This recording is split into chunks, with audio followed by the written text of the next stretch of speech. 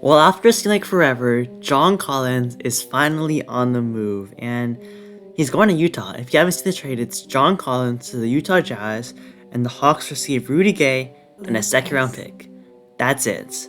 For John Collins, who is, I would say, still a pretty solid player, but like, it's quite interesting. I mean, John Collins has been on the trade block for years, pretty much ever since that contract year. He was drafted in 2017, and honestly, he's been a pretty solid player. Last year, he had his worst season. He only averaged about 13 points on 30% from three, which was honestly pretty bad. There were so many reports that he wasn't happy with the front office. The front office wasn't happy about him, and it seemed like last trade deadline, they would trade him. There were rumors to Phoenix. That never happened. The offseason before, there were rumors that they were going to trade John Collins. Never happened. Finally, it happens, but they only get a second round pick. It's quite interesting. I mean, there's of course been reports of beef with Trae Young, which it seems like on paper they would fit. I mean, John Collins, yes, he shot really bad last year, but like, he can shoot. He's super athletic. And John Collins, he's a good rim threat. He can fade off the pick and roll, off the pick and pop, but like, John Collins is still, I would say, a solid player. I mean, before that contract year, he averaged 20 and 10 on 40% from three. That's pretty much what you want from a power forward in the modern NBA. Yes, maybe he isn't the best defender, and he's a little bit too small to be a center, but like, he can normally shoot. I still think he can shoot. Maybe he isn't the greatest shooter, but like, he can stretch the floor. He's athletic.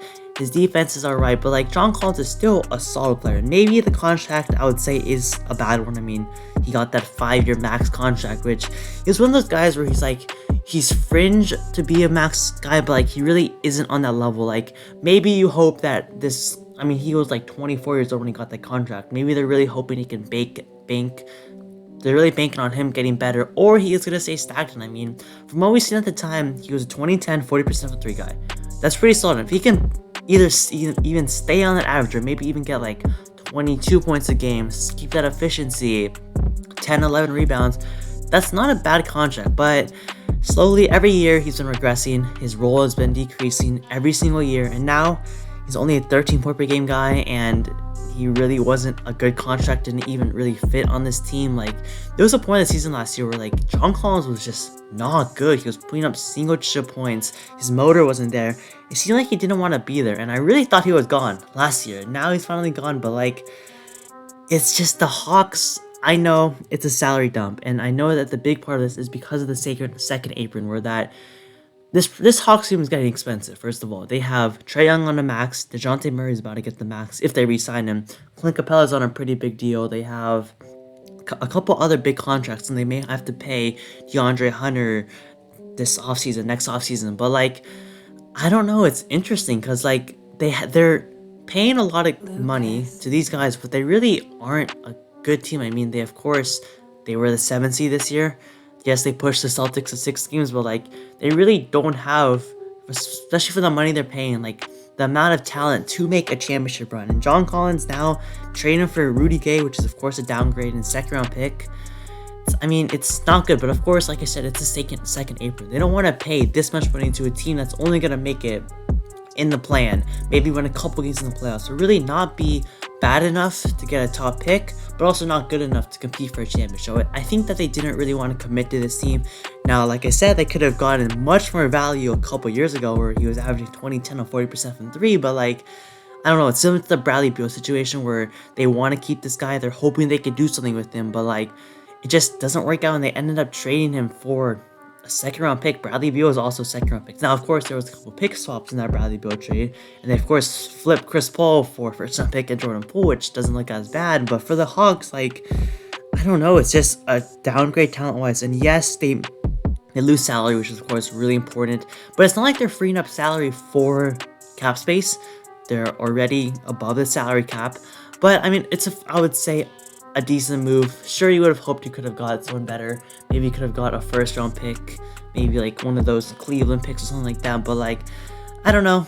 It's just a salary dump. It's not a bad trade. It's kind of sad that they only got a second round pick and Rudy Gay for John Collins. But like, I don't know. They just moved on. It's took enough time. But for the Jazz side, I mean, it's a low risk, high reward move. I mean, Rudy Gay really wasn't doing much. Second round pick. You have plenty of first round picks and second round picks on this team, and like, they get a solid player for cheap. I mean, John Collins, like I said, is still a solid player. They took this same chance on a guy like Larry Markkinen last year, where he showed those glimpses as a stretch big that can pretty much do it all. And now that he finally got that big role, he broke out. John Collins, I don't think he's as good as Lowry, but like maybe he can have a resurgence to his career. And especially with his Jazz team where they're really not expecting much, maybe he can be that. I don't really know how that works with Walker Kessler and Larry Markkinen, but like maybe they can make it work. Will Hardy can make it work. And not that the Jazz can take the salary. I mean, they have cap space and they're really not paying too many other players. They can take the salary, they can either keep him, maybe he's a decent player, or use his contract in the future to flip it. I mean, he has 3 years left, or 2 or 3 years left on his deal, and the moment it's like an expiring, that's honestly a pretty good trade asset. I mean, John Collins, especially if he can play better, is a decent trade asset, and maybe they can keep him, future trade, solid player, but they still have, like I said, Larry Markkinen, Walker Kessler, along with their new draft picks, Taylor Hendricks, Keontae George, and that's a pretty of course, Walker Kessler's on a wing, but like that's a solid amount of wings. Ucha Abaji, who they drafted last year.